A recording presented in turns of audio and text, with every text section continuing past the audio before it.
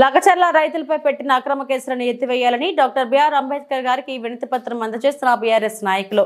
ఈ కార్యక్రమంలో బీఆర్ఎస్ మండల పార్టీ అధ్యక్షులు పులి వెంకటేష్ గౌడ్, పట్టణ అధ్యక్షులు కొత్తూరి స్వామి, యువజన విభాగం మండల అధ్యక్షులు గడ్డం లక్ష్మారెడ్డి, నియోజకవర్గ యువజన విభాగం ఉపాధ్యక్షులు Salman, single window director Parlapalli ఆనందం, పార్టీ ఉపాధ్యక్షులు పర్లపల్లి ప్రభుదాస్, మాజీ ఉప సర్పంచ్లు అబ్దుల్ షకూర్, బైరిక్ వెంకటి తదితరులు పాల్గొన్నారు।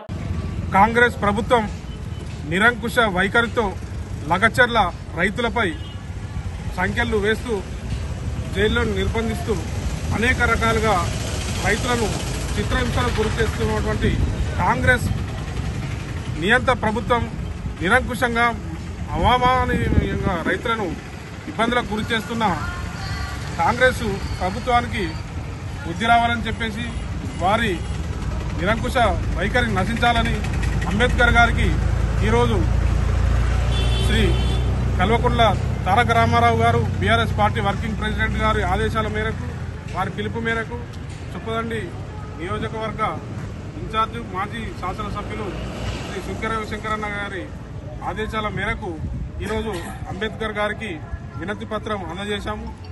కాంగ్రెస్ నిరంకుశ ప్రభుత్వ వైఖరి నశించాలి అని చెప్పేసి ఇక్కడ ఈరోజు అందరం మా బీఆర్ఎస్ పార్టీ కొడిమ్యాల మండల పక్షాన అంబేద్కర్ గారికి వినతి పత్రం ఇచ్చాము।